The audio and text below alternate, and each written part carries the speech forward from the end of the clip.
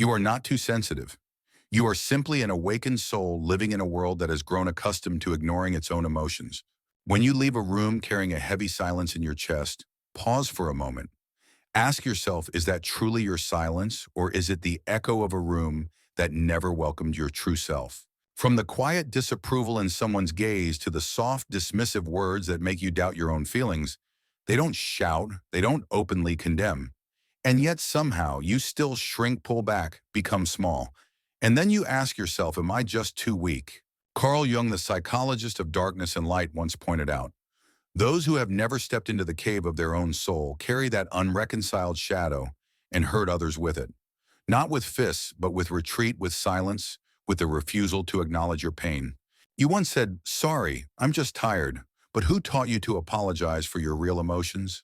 Who planted the belief in you that you must be pleasant, polite, and bothersome, even as you're breaking inside? Jung knew this well. He once said the persona demanded by society is merely a mask.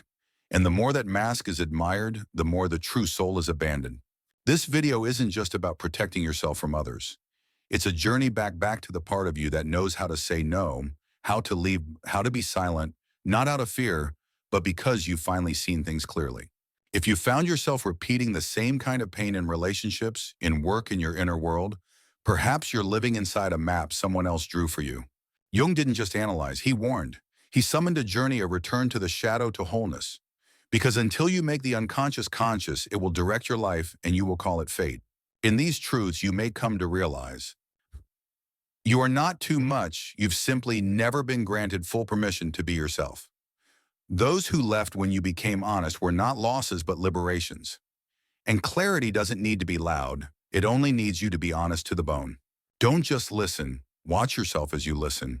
What part of you feels stirred? What part wants to resist? Those parts are your compass. They will lead you home. And if you've ever disappeared from yourself just to be loved, then today let us call you back by name. Because as Jung once said, the greatest privilege of a lifetime is to become who you truly are. But that privilege must be claimed through shadow, through disappointment, and sometimes through walking away from those who once called you too much. There's a kind of wound no one ever taught you to name. It arrives quietly, no shouting, no bruises, just the cold glance, the delayed reply, the times you spoke, and no one listened. And yet you kept trying, smiling more, being gentler, more agreeable, until one day you began to disappear from yourself. If you don't define your own worth, others will bargain it down. Carl Jung said, if you are not conscious of who you are, you will become what others want you to be, and you will call it fate. Elena, 38, is a creative director at a media company. Smart, sensitive, always smoothing things over. But over time, she became the one who couldn't say no. Every late meeting, every 11 p.m. message, every just 5 minutes favor that lasted an hour. Elena's inner voice. They say I'm sweet, kind like sunshine. But why is it that whenever I say I'm tired, that I need a break, no one hears me? I began to fear their disappointed looks. I'd whisper to myself, it's okay, just a bit more. Then I realized I was living a life that was loved, but not truly seen. She's not lazy, she's just exhausted from trying to be enough. Silence, if born of fear, becomes unconscious complicity. You can say, I don't like the way you speak to me. But if you stay still smiling, still accommodating your energy, silently says, go ahead, I'll endure this. Jung described this as the conflict between the persona and the shadow, the self we present to the world, versus the part we've repressed in the dark. The shadow doesn't vanish. It just waits until you're too tired to keep up the mask. Elena's inner voice, I didn't want to be angry. I wanted to be mature, kind, professional. But each time I endured, something in me tightened. I heard myself gasping after a simple message. I woke up in the night not because of deadlines, but from the feeling that I was being swallowed whole. You are not wrong for feeling overwhelmed. You just need to listen to the part of you that's been silenced. Those who benefit from your silence will call your voice selfish. When you begin to speak gently, clearly, some people won't like it. They'll say you've changed, become difficult, that you're not the same. But the truth is you're not changing, you're returning. They're not angry that you're honest. They're angry that they can no longer control the nice version of you. Elena, the first time I said, I can't take on this extra task, they looked at me like I'd betrayed them. I felt myself tremble, tempted to take it back. But then I heard another voice. If you don't stand up now, you'll disappear forever. I'm not selfish. I'm just learning how to be real. Every time you apologize for your feelings, you erase yourself. You've said, sorry, maybe I'm too sensitive, or sorry, I'm just a little tired. But emotions don't need apologies. They just need to be heard. Children can't lie about their emotions, but adults we learn to be loved. Jung called this self-abandonment when we reject parts of ourselves because they were once rejected by others. Elena, I apologize for being tired. I apologize for not being able to smile. I apologize for having limits. But has anyone ever apologized to me for not seeing my pain? Love never asks you to trade your essence. If someone only loves you when you're sweet, agreeable, and always available, that's not love. That's gentle consumption. True love doesn't come when you're perfect. It comes when you can show up fully, even when you're sad, confused, messy. Elena, I used to believe if I was gentle enough, gave enough, stayed small enough, they would love me forever. But the more I gave, the emptier I felt. And then I understood love doesn't need me to shrink. It needs me to be real. Pause and reflect. How many times have you apologized for simply having feelings? Have you ever said I'm fine while your insides scream for help? When someone calls you too sensitive, could it be they're saying, you touched a truth I didn't want to face? Write the thing you've always wanted to say but never dared in the comments. You'll see you're not alone. The people here, they're learning how to come home to themselves too. If you see yourself in Elena's story, leave a or share your own. It doesn't have to be perfect, only true. Because when one person dares to speak, they don't just save themselves. They open a door for hundreds still standing in the dark. By now, you may have started listening to the parts you once abandoned, the anger, the fatigue, the sadness. In the next part, we'll enter the deep cave called the shadow, not to destroy it, but to understand it is not the enemy. It is the keeper of truth. The shadow is not the enemy, it is the guardian of your treasure. In every fairy tale, there is a monster guarding the treasure. In every journey of becoming, there is a moment where you must face yourself. In Jungian psychology, that creature is the shadow, the dark part of your psyche. Not something to fight, but to dialogue with and integrate. The shadow isn't evil, it's abandoned. The shadow wasn't born to sabotage you. It came to protect a part of you that was once hurt. Like the dragon in ancient myths, the shadow roars not because it's cruel, but because it's been chained for too long. Every unexplained burst of anger, every moment you smile just for fun but feel hollow inside, every time you feel lost in your own life, it is a sign that the shadow is knocking. Until you make the unconscious conscious, it will direct your life, and you will call it fate. Carl Jung. Positivity isn't always healthy. You might just be avoiding yourself. There is a subtle kind of avoidance, always smiling even when you're exhausted, always expressing gratitude even when disrespected, always forgiving even when the wounds still bleed. This is what Jung called spiritual bypassing, using positivity to avoid real pain. But emotions that go unprocessed don't vanish. They sink into the shadow and return as anxiety, numbness, impulsivity. Elena. I used to say, I'm fine. I understand. Everything happens for a reason. But at night I couldn't sleep. My heart raced as if I'd been fleeing. I dreamed of being chased but didn't know by what. Then I realized the person I was running from was me. The shadow guards the treasure if you're brave enough to walk through. In the Red Book, Jung describes conversations with his inner darkness, not to control it, but to hear the soul's whispers. Here's how the journey begins. Write down a feeling you're afraid of. No judgment. Ask it, where did you come from, or what do you want me to know? Let the answer come through images, sensations, or memories. Respond in writing, drawing, or imagination. This is active imagination, a method Jung used to face his shadow. There's no right or wrong, only honesty and courage. You can't transform your shadow if you still fear it.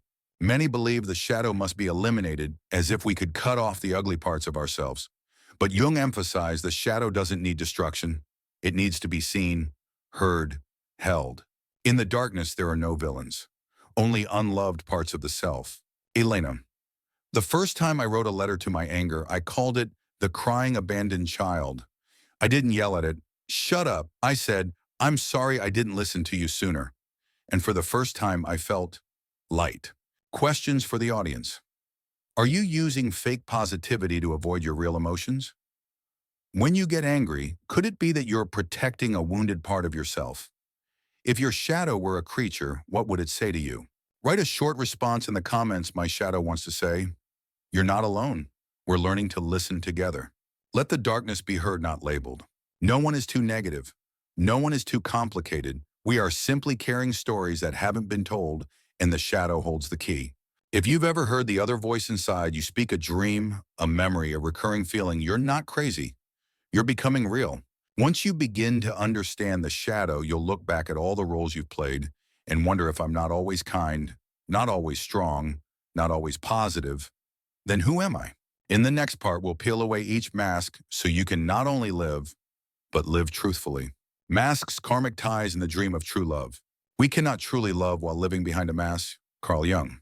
The persona is not you, it's the role you were taught to play. You were once praised for being sweet, easygoing, considerate, and you thought, maybe that's why I'm loved. But do you remember the last time you were sad and someone said, don't make it a big deal? You smiled. You swallowed your words. You stayed silent. That was when the persona, the social mask, began replacing your true self. According to Jung, the persona is the part of you that's shaped to gain acceptance. It's not inherently bad, but if you only live through the mask, your soul begins to die in silence. Ella and I used to smile all the time, even when my heart was breaking. One day I stopped texting first, stopped asking how people were doing, and just like that, they disappeared. When you stop performing, some people will leave, and that's truth, not failure. Your persona used to make them comfortable. When you take it off, they no longer recognize you. But their departure isn't a loss, it's a test. A test to see who loves you and who loved the manageable version of you. You're no longer enduring disrespect just to keep the peace. You're no longer normalizing what hurts. And that discomfort you cause in others, Jung wrote, becoming yourself is a path of loss. You will lose everything that isn't real. True love doesn't drain you, karmic ties do. You loved someone, you left, then came back, each time promising this time will be different, but it never was. That's the pattern of a karmic tie. Jung didn't call it that explicitly, but in symbolic psychoanalysis, it's a loop, the shadow asking to be healed. You don't love them. You love the chance to rewrite a past that wounded you. You love to prove I am worth choosing, worth staying for. A karmic tie is not fate, it's an unclosed chapter you've avoided ending. Where does that bond come from? A father who never called you enough. A mother who only loved you when you obeyed. A first love who left without saying why. That scar formed a hunger. If they stay this time, maybe I'm finally worthy. But they didn't come to heal you. They came to give you a chance to heal yourself by letting go. Elena, I went back to Marcus a fourth time. He said, you always forgive me. But this time I didn't. Not because I was angry, but because I realized I used forgiveness to earn love, not because I felt loved. True love doesn't make you anxious, karmic ties do. The difference? True love makes you feel safe being fully seen. Karmic ties make you feel like you must earn your place. True love is rest. Karmic ties are a never-ending chase. Ask yourself, do I feel safe saying no? Am I growing or just surviving? When you break a karmic tie, they don't hurt, but you fall apart. That's the hardest part. You think if it hurts this much, maybe it's a mistake. But in truth, you're withdrawing from an illusion. Your body is used to the pain, so when it leaves, it feels unfamiliar. But unfamiliar isn't wrong. It's just the first step toward living authentically. Healing begins when you stop trying to make them understand. You don't need closure from them. You need a promise to yourself. I won't go back, not because I hate them, but because I love me. True love doesn't need to win. You don't need to win an argument to prove you're worthy. The journey to boundaries is the next step beyond dependent love. You've taken off the mask. You can now tell the difference between true love and repeating patterns. But how do you avoid falling back in? The answer lies in boundaries. In the next part, we'll explore how to set boundaries without shouting, how to say no without guilt, and how to love without losing yourself. Some reflection questions for you. Have you ever felt like if you stop trying, they'll leave? Are you in a relationship that makes you more anxious than secure? Have you ever been called too much or hard to understand just because you started being real? Leave a line in the comments, I'm taking off the mask. Or I used to think it was love, but now I see it was. You are not alone. Every story you write becomes a light helping someone else find their way out. Boundary or avoidance, the journey back to your whole self. I set boundaries not to distance myself from others, but to stay close to myself. Carl Jung. Without boundaries, you'll wear down your soul trying to fit into others' expectations. Have you ever said yes while your heart was screaming, no, that's not kindness? That's unhealed memory controlling your present behavior. Jung called this the identification with the persona. You become the role you were trained to play to the point you forget who you are underneath it. Elena, I was always the one who understood, the one who texted first, the one who apologized first. Until one day, I felt completely drained. Not because they demanded too much, but because I never set a boundary. Boundaries aren't about running away. They're about creating real space for love. Boundaries are not coldness. You don't have to disappear, block, or give the silent treatment to protect yourself. Boundaries are about being present with honesty. You don't turn your back, you say, I need some time. I can't continue if this keeps happening. The hard part, you'll shake, you'll wonder, am I being too much? But if you can't be yourself around someone, you're not loving, you're performing. How to tell if it's a boundary or fear-based withdrawal? A healthy boundary comes from clarity, self-awareness, and inner steadiness. You can still communicate while holding the line. You explain briefly, directly, without blame. Even if it's uncomfortable, you feel anchored and aligned inside. In contrast, withdrawing from fear feels like avoidance. You shut down, ghost, or pull away to avoid conflict. You don't explain or respond with tension and silence as a defense. You don't need to win, you need wholeness. And wholeness always requires boundaries, like bones holding skin. Every boundary you set is a ritual of self-transformation. You used to fear they'd leave if you spoke the truth. And one day you spoke it, and they left. That's not failure, it's a test. Jung called this part of Negredo the dark night of the soul in the transformation process. Every relationship you lose by being true was a shell you needed to shed. Elena, I said, I don't feel okay being joked about my appearance. He said I was too sensitive, but I didn't argue. I simply stood up, walked out of the cafe, and for the first time I didn't come back. Not everyone who resists your boundary is bad, some have just never seen one before. When you begin to ask for respect, some people will feel threatened. But remember, that's the reaction of an immature ego, not malice. You don't have to fight back, just stay firm in silence. Because your calm presence is the end of their power play. The persona will scream when you start living true because it knows it's dying. In Jungian analysis, the persona doesn't vanish quietly. It resists. It whispers. If you set a boundary, they'll leave. If you stay silent, they'll pick someone else. Who will love you if you're not nice anymore? And that's when you'll know you're getting closer to your true self. Share the first time you dared to hold a small boundary. The first time you didn't reply to a text right away. The first time you declined an invite simply because you needed rest. The first time you stood up for yourself in front of someone you loved. You can write in the comments, the first boundary I set was, together we are learning how to love without losing ourselves. You've started setting boundaries, but now what? Boundaries are the edge, not the essence. In the final part, we'll step deeper into Jung's greatest path, individuation, the process of becoming your true self. Not your ego, not your persona, but the unified self where your shadows, your light, your wounds, and your dreams become one. The sovereign woman within, from survival to radiance. We do not heal to become more pleasant. We heal to return to the throne of our true self. Carl Jung, inspired by the symbol of the self. Survival is instinct, but sovereignty is awareness. There once was a princess who grew up in a castle bound by strict rules.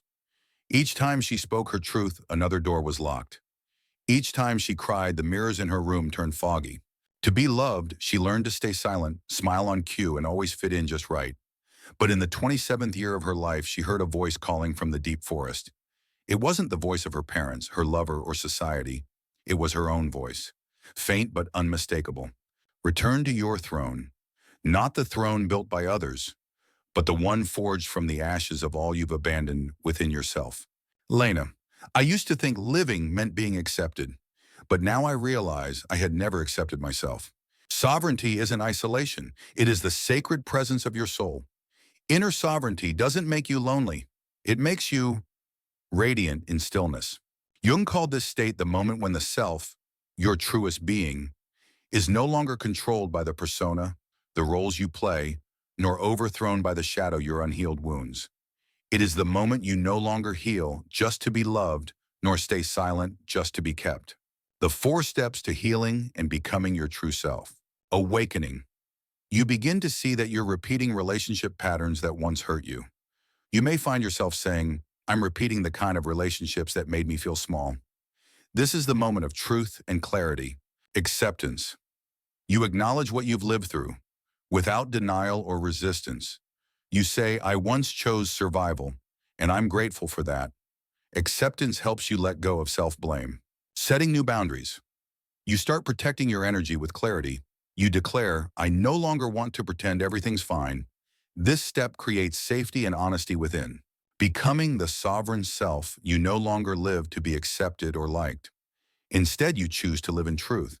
You affirm, I choose to live not to be pleasing, but to be real. The archetype of the sovereign no control, no shrinking, just presence. Your symbol is no longer the sweet girl they'll want to keep. You are the queen, not one who rules others, but whose presence quiets the room when she enters. No one grants you this power. You've had it all along. You simply forgot. Write down the moment when you abandoned yourself and what you're now reclaiming. Feel free to share. I lost myself when, now I am reclaiming when. You're not alone. Your story could be the light for someone else. You've walked this path with truth with Elena, with shadow and light. And now at the final chapter, there are no more theories. Only these real questions. How do you live in truth in everyday life? How do you stop yourself from going back when things get tough? And what happens when you stop asking for permission just to be here? The goal is not absolute light. The goal is to become so real that both light and shadow have a place within you. Carl Jung, alluding to the process of individuation. You've walked with me through 44 truths, not facts to memorize, but doors to enter into yourself. You faced fear, anger, silence, and relationships that once made you forget who you were, and yet from those very places you began to see yourself more clearly, not through the eyes of others, but through the gaze of your own soul. Healing isn't about becoming perfect. It's about no longer calling yourself wrong. You no longer need to ask, am I being too sensitive? Is it selfish to set boundaries? Why do people leave when I show up as my true self? You don't need external answers anymore, because now you are the one asking the questions, and you're also the one brave enough to live by the answers. You no longer need to be understood. You need to be free. Your clarity will make others uncomfortable. Your silence will be mistaken for distance. Your self-respect will be misunderstood as coldness. But as Jung said, who looks outside dreams, who looks inside awakens. And you've dared to look within. That's why you're no longer as easily wounded as before. Not because you've hardened, but because you've stopped handing your soul to others to define for you. Which truth in this video hit you the deepest, or what have you let go of in order to reclaim yourself? Your comment might be the light someone else needs while they're still in the dark. Subscribe, not for me, but for you. If something in this video made you feel seen or heard, click that subscribe button. Not for the algorithm, but because your journey deserves to be supported with content that helps you stop getting lost in the shadows of others. Final note, silence is no longer your shield, it is your strength. When you no longer need an apology to forgive, when you no longer need to be understood to feel worthy, when you no longer need to prove anything, only to fully be, that's when you've returned to the true home of your soul. I no longer live to make others comfortable. I live so I never betray myself again. If you're ready, I can keep creating more transformational content like this. How to use active imagination, Jung and the divine feminine. The psychology of anima animus in modern love. Which topic would you most want the next video to explore? Leave that quiet whisper in the comments below.